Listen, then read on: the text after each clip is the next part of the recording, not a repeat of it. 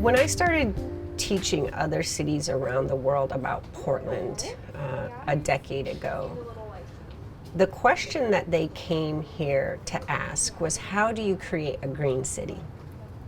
They wanted to know, what does it mean to be a sustainable city? And I was really focused on that story for a pretty long time. What does it mean to be sustainable? Do we reduce our carbon emissions? Are we able to have alternatives to fossil fuel based energy? Can we come up with ways of making sure that the air is clean and the water is clean and our people can exist on this planet for future generations? But in subsequent years, that green city narrative has grown so thin, because what we've seen is that we're only ever able to achieve it in small pockets, if at all. And when we do, those small pockets, the success that we see in those areas or those communities, are generally at the expense of other parts of our city or other people in our city. And so when you look at sustainability for the future, what I've had to reshape my thinking around is justice, climate justice, and equity and inclusion as the basis of our future prosperity.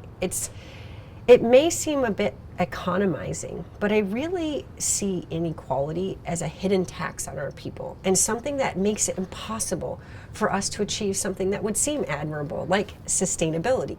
So if we're not focused on making sure our city is equitable and that every person has access to opportunity and a piece of the prosperity that we're trying to grow here, then we will never be sustainable. So to me, my vision for Portland is a place where we tackle that head on.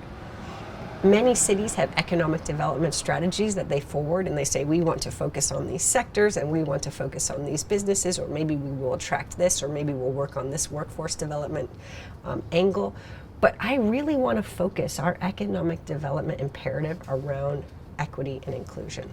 But that also means rebuilding our democracy so that it's more equitable and inclusive. We have to make sure our democracy and our government reflects the people. And so they're intertwined. So this notion that we'll be a place where everyone has a voice, where everyone has a chance, where everyone has a place to call home, a safe place to call home, a phone number they can call when they don't feel safe, someone to call for help. It may seem so basic that those would be what we have to focus on for the next generation. But ultimately, if we're going to build a future that is truly sustainable, we have to break it down and start at the very basis of human well-being.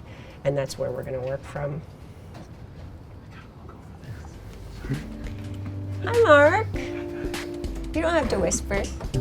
Everyone can see you.